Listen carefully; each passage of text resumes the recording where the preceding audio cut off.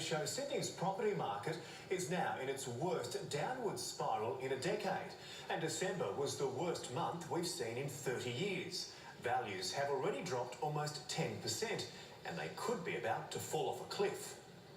It used to be an impossible market to get into, but now buying a home in Sydney is becoming more and more affordable.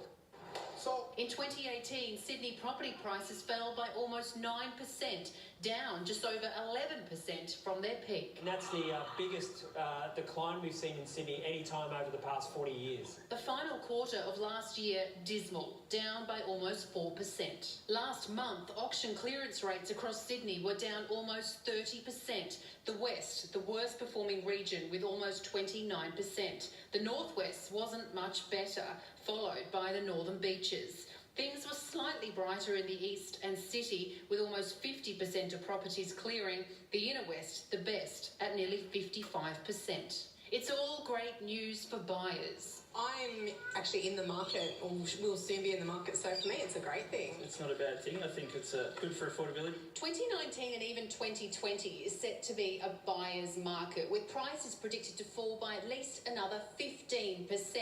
For sellers, the advice is try your luck sooner rather than later. Before Easter, that's the time to be selling your properties.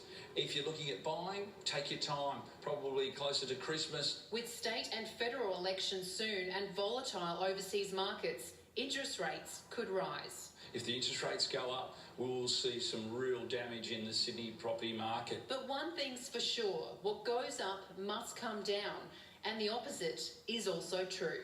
Louise Donnelly for 10 News First.